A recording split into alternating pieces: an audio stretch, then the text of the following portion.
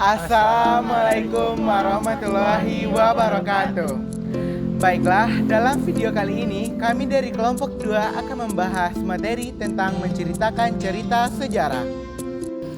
Baiklah, dalam cerita sejarah terbagi dua, novel sejarah dan teks sejarah, di mana teks sejarah dan novel sejarah memiliki perbedaan sebagai berikut. Perbedaan pertama adalah teks sejarah di mana kita dituntut untuk mengetahui hal-hal yang pernah ada atau yang terjadi. Sedangkan dalam novel sejarah dapat menggambarkan hal-hal yang tidak pernah ada atau terjadi yang bergantung kepada rekaan.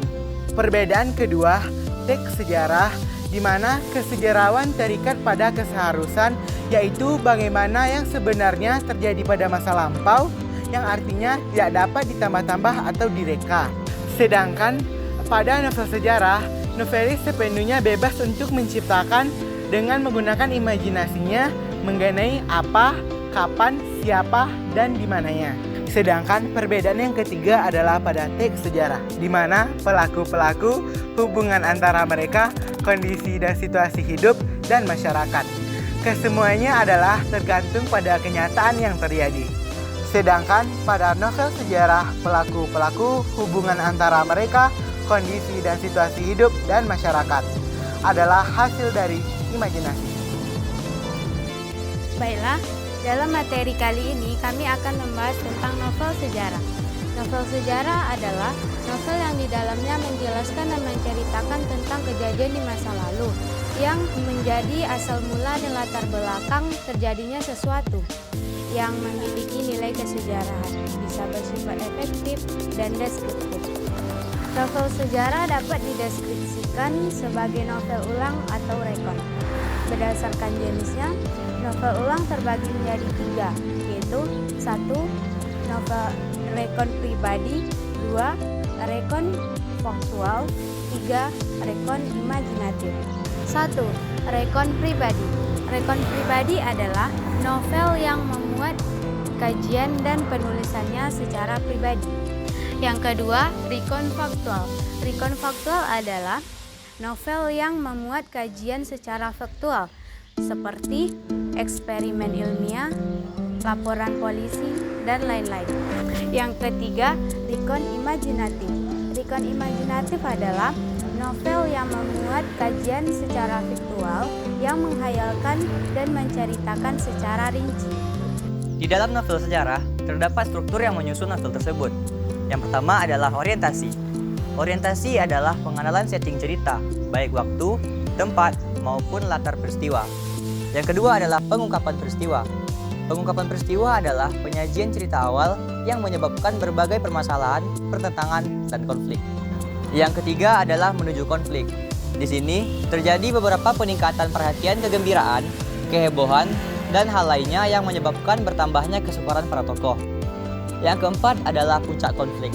Di sini terjadi beberapa perubahan nasib para tokoh.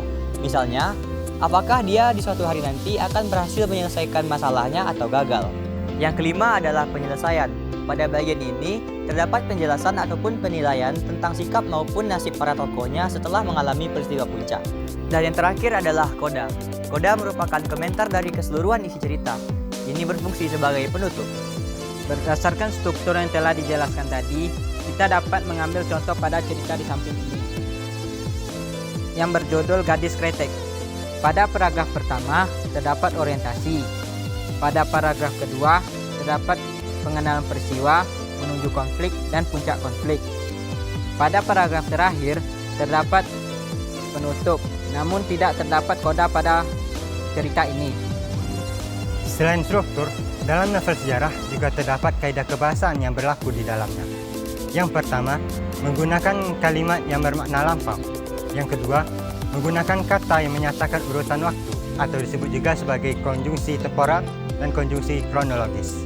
Yang ketiga, menggunakan kata kerja yang menyatakan tindakan para tokohnya.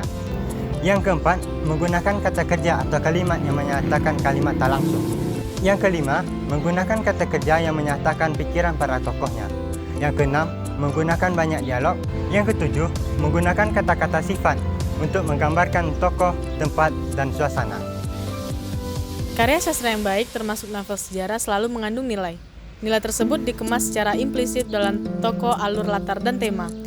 Nilai yang terkandung dalam novel sejarah antara lain nilai budaya, nilai moral, nilai sosial, nilai agama, dan nilai estetis. Nilai budaya adalah nilai yang dapat memberikan hubungan yang mendalam antar masyarakat, peradaban, dan kebudayaan. Nilai norma atau etik adalah nilai yang dapat memberikan ajaran atau petua yang berkaitan dengan norma dan etika. Selanjutnya nilai agama. Nilai agama yaitu nilai dalam cerita yang berkaitan pada nilai-nilai agama. Nilai sosial yaitu nilai yang berkaitan dengan tata pergaulan antara individu dalam masyarakat. Nilai estetis adalah nilai yang berkaitan dengan keindahan. Baik keindahan dalam penyajian cerita, fakta cerita, maupun teknik pembangunan cerita. Saya Riran Nur Hakim. Dan saya Robi Saputra. Saya Silmi Putria. Saya Nabil Okta Pratama. Saya Dedi Saputra. Saya, Ferdi dan Mayansa. Dan kami dari kelompok 2. Terima kasih.